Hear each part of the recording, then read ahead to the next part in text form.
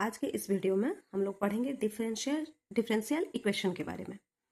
Differential equation क्या होता है, उसको कैसे सॉल्व करते हैं, उसका ऑर्डर क्या होता है, उसका डिग्री क्या होता है, हर चीज़ के बारे में हम लोग स्टडी करेंगे।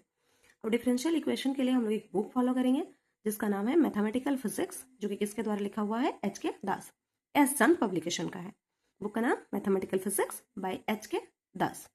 बुक फॉलो करना इसीलिए ज़रूरी है क्योंकि डिफरेंशियल इक्वेशन में हमें बहुत सारा क्वेश्चन प्रैक्टिस करने की ज़रूरत है, और प्रैक्टिस करने के लिए हम लोग इस बुक का एक्सरसाइज सॉल्व करेंगे। तो डिफरेंशियल इक्वेशन में जाने से पहले हम लोग थोड़ा सा प्रीवियस जो हम लोग पढ़े हुए हैं क्लास 12 में उसको थोड़ा सा रिवाइज कर लेते हैं। जैसे कि डिफरेंशिएशन क्या है, डिपेंडेंट वेरिएबल क्या है, इंडिपेंडेंट वेरिएबल क्या है, इस तरह की चीज़ें, छोटी छोटी चीज़ें। तो डिफरेंशिएशन क्या है?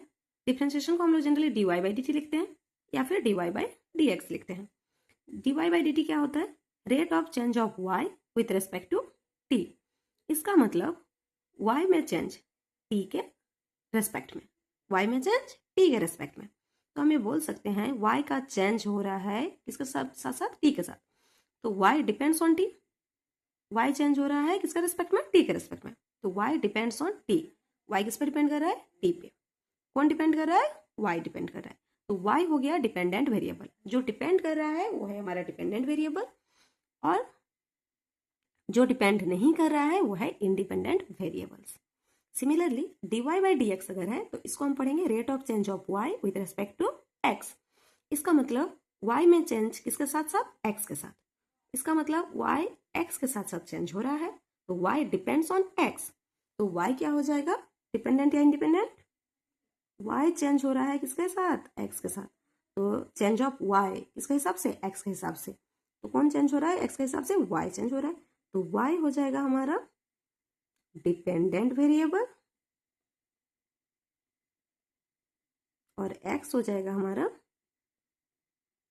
Independent variable. सिंपल लैंग्वेज में जो नोमिनेटर में रहता है वो है हमारा डिपेंडेंट वेरिएबल, और जो डिनोमिनेटर में रहता है वो है हमारा इंडिपेंडेंट वेरिएबल। आगे बढ़ते हैं ऑर्डर ऑफ डेरिवेटिव्स की तरफ। ऑर्डर ऑफ डेरिवेटिव्स क्या है? जिसको एक बार डिफरेंशिएट करते हैं उसको बोलते हैं फर्स्ट ऑर्डर डेरिवेटिव, जिसको दो बार डेरिवेटिव करते हैं उसको बोलते हैं सेकंड ऑर्डर डेरिवेटिव। सिंपल सा बात है। यहाँ पर जैसे एक बार भी इसका डिफरेंशिएशन नहीं किया गया है, तो ये है हमारा derivative of zeroth order. Derivative of zeroth order, इसका ऑर्डर कितना है, जीरो। जैसे यहाँ पर y को कितना बार डिफरेंशिएशन किया गया है, एक बार। तो ये हो जाएगा हमारा डेरिवेटिव ऑफ फर्स्ट ऑर्डर। ठीक है, इसको y को कितना बार डिफरेंशिएट किया गया है, दो बार। तो ये हो जाएगा हमारा डेरिवेटिव ऑफ सेकेंड ऑर्डर। ठीक है, अब अगर फिजिक्स में हम लोग देखना चाहेंगे कि फिजिक्स में हम लोग जो डिफरेंशिएशन पढ़ रहे हैं, फिजिक्स में हमारा कहाँ यूज होता है कि first order derivative, second order derivative, सब यूज कहाँ होता है ना। जैसे कि वेलोसिटी बराबर क्या होता है, dx बाय dt। तो फिजिक्स में जो वेलोसिटी है ये क्या है, फर्स्ट ऑर्डर डेरिवेटिव है किसका, x का।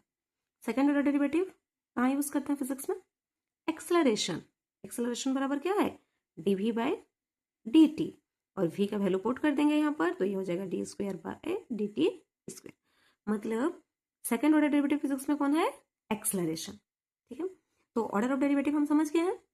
ऑर्डर अगर एक बार भी डिफरेंशिएट नहीं है तो उसको बोलते हैं जीरोथ ऑर्डर डेरिवेटिव। अगर एक बार डिफरेंशिएशन किए हैं तो उसको बोलते हैं फर्स्ट ऑर्डर डेरिवेटिव। अगर दो बार डिफरेंशिएशन करते हैं तो उसको बोलते हैं सेकंड ऑर्डर डेरिवेटिव।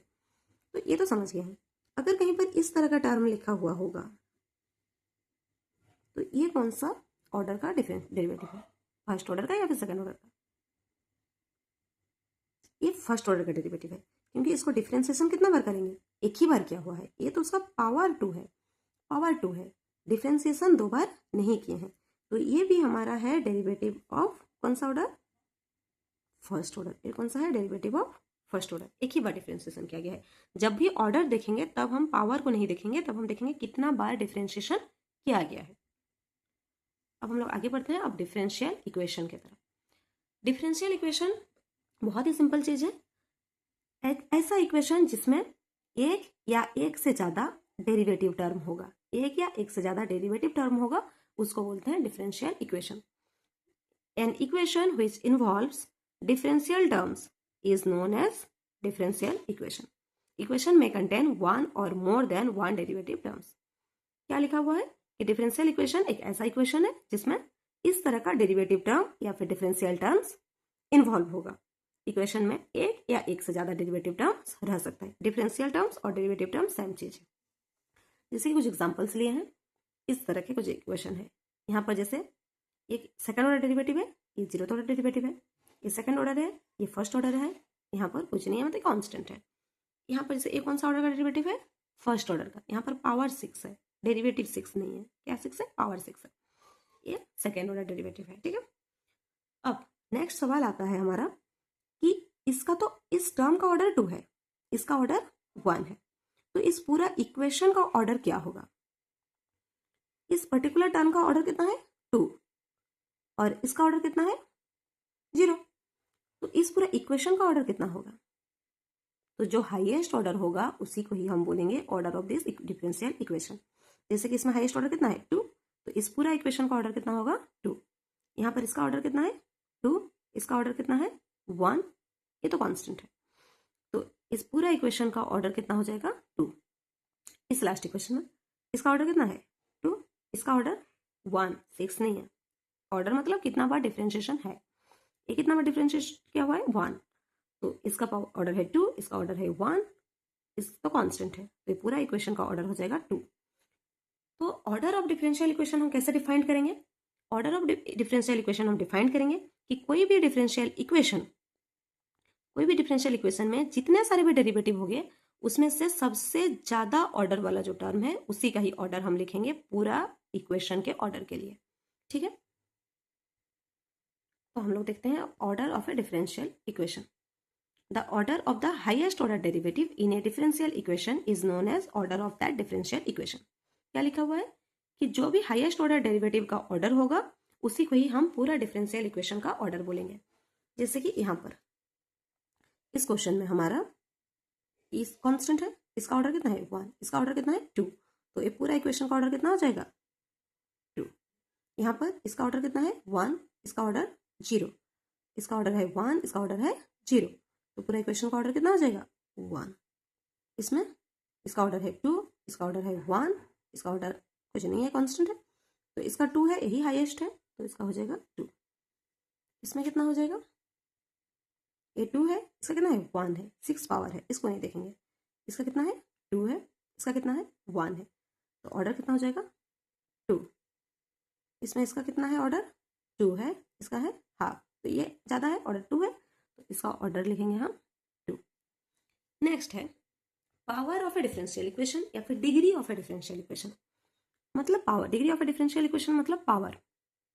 जैसे कि अगर कोई पर्टिकुलर डेरिवेटिव है तो यहाँ तो हम बोल सकते हैं इस डेरिवेटिव का पावर कितना है? 1, इस डेरिवेटिव का पावर कितना है? 6, इस डेरिवेटिव का पावर है 1। और अगर पूरा मान लेते हैं इस पूरा इक्वेशन का हमको क्या बताना है? पावर बताना है, तो हम उसको कैसे निकालेंगे? जो हाईएस्ट पावर रहेगा उसको बोलेंगे? नहीं, उसको नहीं बोलेंगे।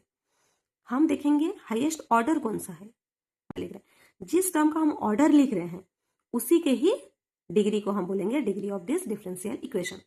जैसे कि इस क्वेश्चन में इस टर्म का पावर है 6, इसका पावर है 1, इसका पावर कितना है?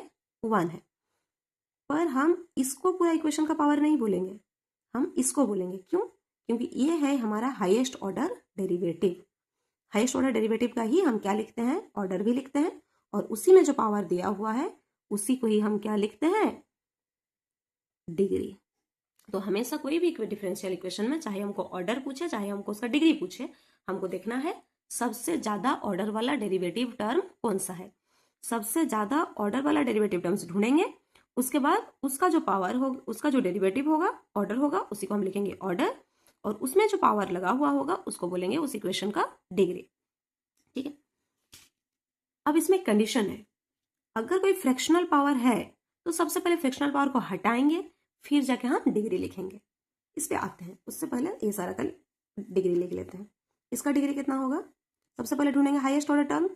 हाईएस्ट ऑर्डर टर्म कौन है? यही है, इसका ऑर्डर 2 है, तो इसी हाईएस्ट ऑर्डर टर्म का ही जो ऑर्डर होगा वही होगा ऑर्डर, उसी का जो डिग्री है वही होगा पूरा इक्वेशन का डिग्री। इसका डिग्री कितना है? 1। इसमें ऑर्डर यही है, फर्स्ट ऑर्डर यही है हाईएस्ट ऑर्डर का, क्योंकि ये तो 0 ऑर्डर का है, तो इसी का डिग्री हो जाएगा हमारा 1। यहाँ पर हाईएस्ट ऑर्डर किसका था? इसका था, तो इसका डिग्री कितना है? 1। यहाँ पर हाईएस्ट ऑर्डर यही था, सेकंड ऑर्डर है, इसका डिग्री कितना है? 1, तो ये होगा 1। गलती से इसको नहीं लिख देना है। अब इसका थोड़ा डेफिनेशन देख लेते हैं और देख लेते हैं अगर फ्रैक्शनल पावर रहा तो कैसे सॉल्व करेंगे। हमेशा याद रखना है जब भी हम डिग्री लिखेंगे फ्रैक्शनल पावर को हटाने के बाद लिखेंगे। तो डिग्री क्या है? The degree of a differential equation is the degree और power of the highest order derivative after fractional power of all the derivatives have been removed is called degree of a differential equation.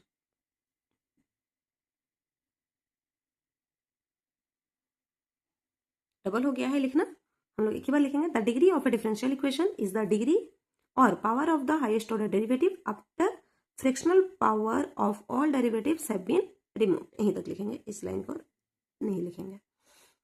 समझ आया है कि कोई भी differential equation में जो भी हाईएस्ट ऑर्डर डेरिवेटिव होगा उसी के डिग्री या पावर को ही हम degree of a differential equation बोलेंगे, पर कंडीशन ये है after fractional power of all derivatives have been removed. जैसे कि इस डेरिवेटिव में फ्रैक्शनल पावर कितना है? हाफ है। भले इसका हमें जरूरत नहीं है, हमें इसका पावर जरूरत है, पर ऑल डेरिवेटिव से रिमूव करना है। कोई भी डेरिवेटिव हो, चाहे उस डेरिवेटिव का हम डिग्री ऑर्डर लिख रहे हो या ना लिख रहे हो, पर हमको सारे डेरिवेटिव से फ्रैक्शनल पावर हटाना है। अब इसको हटाएंगे कैसे देखते हैं। जैसे कि ये है हमारा इक्वेशन -3 dy/dx का power half is equal to 0। ये है,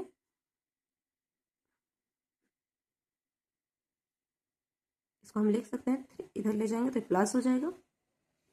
अब बोथ साइड अगर हम स्क्वायर कर देंगे तो क्या हो जाएगा? इधर स्क्वायर कर देंगे, हो जाएगा 9, ये हो जाएगा dy/9, ये हो जाएगा dy/dx। और इसको हम लिख सकते हैं d²।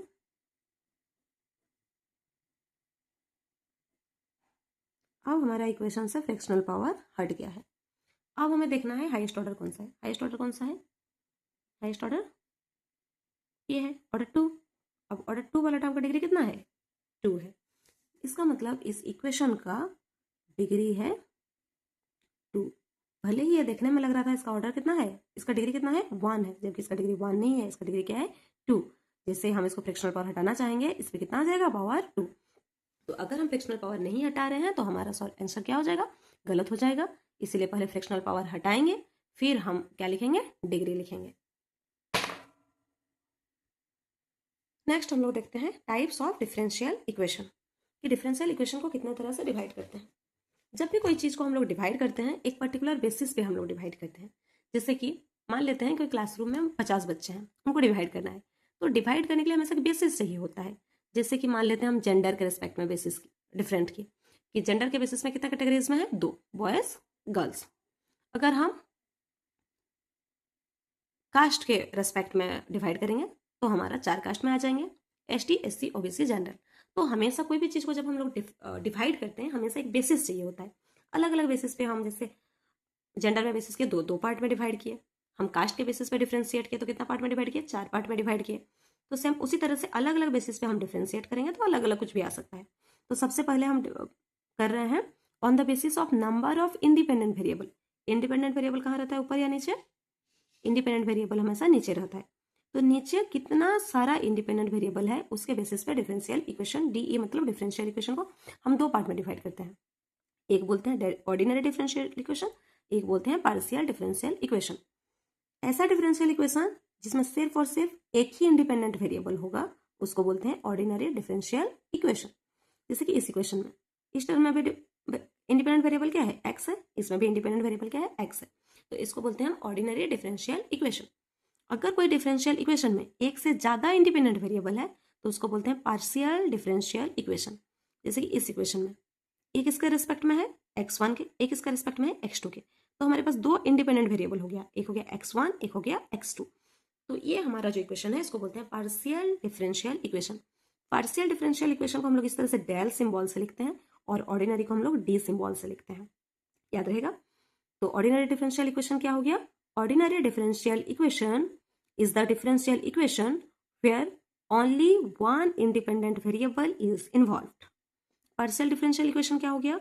It is the differential equation where more than one independent variable is involved. समझ आ गया है? अब नेक्स्ट हम लोग डिवाइड करते हैं किस तरह का टर्म प्रेजेंट है उसके बेसिस पे, on the basis of type of term involve, किस किस तरह का टर्म इन्वॉल्व है डिफरेंशियल इक्वेशन में, उसके बेसिस में हम लोग दो तरह से डिवाइड करते हैं. एक है लीनियर डिफरेंशियल इक्वेशन और एक है नॉन लीनियर डिफरेंशियल इक्वेशन. तो सबसे पहले समझते हैं, अगर डिफरेंशियल इक्वेशन में कोई भी डेरिवेटिव, चाहे वो जीरोथ ऑर्डर हो, चाहे फर्स्ट ऑर्डर हो या सेकंड ऑर्डर हो, कोई भी डेरिवेटिव का अगर डिग्री 1 है, डिग्री कितना होना चाहिए? 1 होना चाहिए. कोई भी डेरिवेटिव टर्म का डिग्री क्या होना चाहिए? 1 होना चाहिए. और कोई भी दो डेरिवेटिव टर्म मल्टीप्लाई नहीं होना चाहिए. अगर इस तरह का टर्म इन्वॉल्व है, जैसे इक्वेशन जिसमें y हो सकता है, dy बाई डी हो सकता है, पर ये dy बाई डी का स्क्वायर नहीं हो सकता है. मतलब कोई भी डेरिवेटिव का डिग्री 1 से ज़्यादा नहीं हो सकता है. जैसे कि y का भी स्क्वायर नहीं हो सकता है. और क्या नहीं हो सकता है? कोई भी दो डेरिवेटिव मल्टीप्लाई नहीं हो सकता. जैसे कि एक जीरोथ ऑर्डर डेरिवेटिव, एक क्या है? First order derivative. ये भी पॉसिबल नहीं है. इसको हम क्या बोल सकते हैं? दो डेरिवेटिव टर्म मल्टीप्लाई नहीं हो सकता है. कोई भी दो डेरिवेटिव टर्म मल्टीप्लाई नहीं हो सकता है. या फिर हम ये बोल सकते हैं, ये क्या है? Dependent variable. ये डिपेंडेंट वेरिएबल और डेरिवेटिव मल्टीप्लाई नहीं हो सकता है. डिपेंडेंट वेरिएबल और डेरिवेटिव मल्टीप्लाई नहीं हो सकता है. पर इंडिपेंडेंट वेरिएबल एक्स क्या है? इंडिपेंडेंट और डेरिवेटिव मल्टीप्लाई हो सकता है. अगर इस तरह का टर्म बस इन्वॉल्व रहा, इस तरह का टर्म इन्वॉल्व नहीं रहा, तो इसको बोलेंगे लीनियर डिफरेंशियल इक्वेशन. और अगर इस तरह का टर्म इन्वॉल्व रहा, जैसे कि डिपेंडेंट वेरिएबल का स्क्वायर, इसको डिपेंडेंट वेरिएबल भी बोल सकते हैं, या फिर बोल सकते हैं जीरोथ ऑर्डर डेरिवेटिव, या फिर ये वाला टर्म इन्वॉल्व रहा, या फिर डिपेंडेंट वेरिएबल के साथ डेरिवेटिव मल्टीप्लाई, इस तरह का टर्म हमारा प्रेजेंट रहा, तो इसको बोलेंगे हम लोग नॉन लीनियर डिफरेंशियल इक्वेशन. उम्मीद करते हैं समझ आया होगा. इसको लैंग्वेज में लिखे हैं, in a differential equation if all the dependent variables, all the dependent variables मतलब y, all the dependent variables and all the derivatives, जितने सारे भी dy बाई डी एक्स है, D square Y by D X square है, occurs in the first power without a product of dependent variable and a derivatives. मतलब क्या बोला गया कि कोई भी डिफरेंशियल इक्वेशन में सारे के सारे डिपेंडेंट वेरिएबल और उसके सारे डेरिवेटिव्स का पावर कितना होना चाहिए? 1 होना चाहिए. और क्या नहीं होना चाहिए? विदाउट क्या नहीं होना चाहिए? Product of dependent variable and A derivative. Simple सा बात है कि y या फिर dy बाई डी एक्स या फिर उसका सेकेंड ऑर्डर, किसी का भी पावर 1 से ज़्यादा नहीं होना चाहिए. और डिपेंडेंट वेरिएबल और उसका कोई भी डेरिवेटिव का मल्टीप्लिकेशन नहीं होना चाहिए. तो इस तरह के डिफरेंशियल इक्वेशन को हम बोलते हैं लीनियर डिफरेंशियल इक्वेशन. ठीक है, याद रहेगा कि डिपेंडेंट वेरिएबल के साथ डेरिवेटिव मल्टीप्लाई नहीं होना चाहिए, पर इंडिपेंडेंट के साथ डेरिवेटिव मल्टीप्लाई रह सकता है. ठीक है, अब इसमें देखो, अगर किसी भी टर्म का पावर 2 नहीं होगा, किसी भी टर्म का अगर पावर 2 नहीं होगा, तो डिग्री हमेशा कितना होगा? 1 होगा. तो degree of each term is equal to 1 होता है. लीनियर डिफरेंशियल इक्वेशन में डिग्री ऑफ ईच टर्म क्या होना चाहिए? 1 होना चाहिए. अब दूसरा है non linear differential equation. Non linear differential equation किसको बोलेंगे? जहां पर इस तरह के टर्म इन्वॉल्व रहेगा, ये भी रहेगा तो भी लीनियर बोलेंगे, ये रहेगा तब भी नॉन लीनियर, ये रहेगा तब भी नॉन लीनियर बोलेंगे. तो नॉन लीनियर डिफरेंशियल इक्वेशन किसको बोलेंगे? The differential equation in which dependent variable मतलब y और डेरिवेटिव ऑफ एनी ऑर्डर मतलब dy बाई डी एक्स या फिर D square Y by D X square occurs in the power greater than 1. क्या क्या हो सकता है? y का या फिर dy बाई डी एक्स का पावर 1 से ज़्यादा हो, या फिर और देयर में involve product of dependent variable मतलब y and the derivative, y के साथ उसका कोई भी डेरिवेटिव किस फॉर्म में हो? प्रोडक्ट में हो, तो उसको हम बोलेंगे नॉन लीनियर डिफरेंशियल इक्वेशन. जैसे कि इसमें देखते हैं, यहाँ पर ये सेकंड ऑर्डर है, सेकंड ऑर्डर है, पर इसका पावर कितना है? 1 है. y का पावर कितना है? 1 है. तो ये कौन सा इक्वेशन होगा? लीनियर होगा. यहाँ पर इसे फर्स्ट ऑर्डर है, पर इसका पावर कितना है? 2 है. तो ये कौन सा इक्वेशन हो जाएगा? Non linear. इसमें इसका भले पावर 1 दिख रहा है, पर इसको स्क्वायर है, तो इसको जब खोलेंगे a square plus b square जब करेंगे, तो ये कितना आ जाएगा? इसको जब खोलेंगे तो ये हो जाएगा A square plus B square आ जाएगा plus 2ab plus D square Y by D X square plus Y equal to 0। तो यहाँ पर इस टर्म का पावर कितना आ गया, 2 आ गया। तो ये भी हमारा हो जाएगा नॉन लीनियर। यहाँ पर तो सबका पावर 1 से ज़्यादा है, इसका पावर 3 है, इसका पावर 4 है, इसका पावर 4 है, ऊपर से यहाँ पर y के साथ dy by D x multiply भी है। तो ये तो हमारा क्या हो जाएगा, नॉन लीनियर। तो दो टाइप हम लोग देख लिए। एक तो हम लोग जब on the basis of types of term divide किए तो क्या हो गया, किस तरह का टर्म में अगर किस तरह का टर्म प्रेजेंट रहेगा उसके बेसिस पे अगर हम लोग डिवाइड किए तो हमारा दो पार्ट में डिवाइड हुआ, लीनियर और नॉन लीनियर। और एक हम लोग देखे थे, अगर हम लोग और एक हम लोग देखे थे कि अगर हमारा कितना इंडिपेंडेंट वेरिएबल है उसके बेसिस पे देखेंगे तो हमारा दो आया था, एक है ऑर्डिनरी डिफरेंशियल इक्वेशन और एक है पार्शियल डिफरेंशियल इक्वेशन। नेक्स्ट हम लोग देखते हैं कि राइट हैंड साइड के बेसिस पे अगर हम लोग डिवाइड करेंगे कि राइट हैंड साइड 0 है तब क्या होगा और राइट हैंड साइड 0 नहीं है तब क्या होगा। दोनों केस पॉसिबल है। राइट हैंड साइड 0 जैसे कि ये इक्वेशन है, यहाँ पर 0 है, और ये जैसे इक्वेशन है राइट हैंड साइड 0 नहीं है, 0 नहीं है तो क्या होगा, एफ ऑफ एक्स मतलब जो वाला टर्म भी नीचे रहेगा उसका फंक्शन अगर राइट साइड में रहा, जैसे कि ये इक्वेशन, यहाँ पर एक्स है हमारा क्या, कौन सा वेरिएबल, इंडिपेंडेंट वेरिएबल। तो यहाँ पर इंडिपेंडेंट वेरिएबल का कोई भी फंक्शन अगर रहा तो राइट हैंड साइड अगर 0 रहा और अगर 0 नहीं रह के क्या रह गया, एफ ऑफ एक्स रह गया। ठीक है, तो अगर right hand side function of x रहा मतलब फंक्शन ऑफ डिपेंडेंट वेरिएबल रहा और राइट हैंड साइड अगर 0 रहा। अब बात है कि अगर राइट हैंड साइड कांस्टेंट रहा तो क्या होगा, कांस्टेंट रहा तो उसको हम लोग लेफ्ट हैंड साइड में ले आएंगे। जैसे कि मान लेते हैं अगर इस तरह का चीजें रहा, इसको हम ये नहीं बोलेंगे कि राइट हैंड साइड 0 नहीं है, क्योंकि कांस्टेंट को और y वाले टर्म को हम लोग हमेशा किधर रखते हैं डिफरेंशियल इक्वेशन में, लेफ्ट साइड में, हमेशा किधर रखेंगे, लेफ्ट साइड में। ठीक है, तो ये सारा को कांस्टेंट को और y को लेफ्ट हैंड साइड में ले आने के बाद हम लोग देखेंगे राइट हैंड साइड 0 है या फिर राइट हैंड साइड में x वाला टर्म है।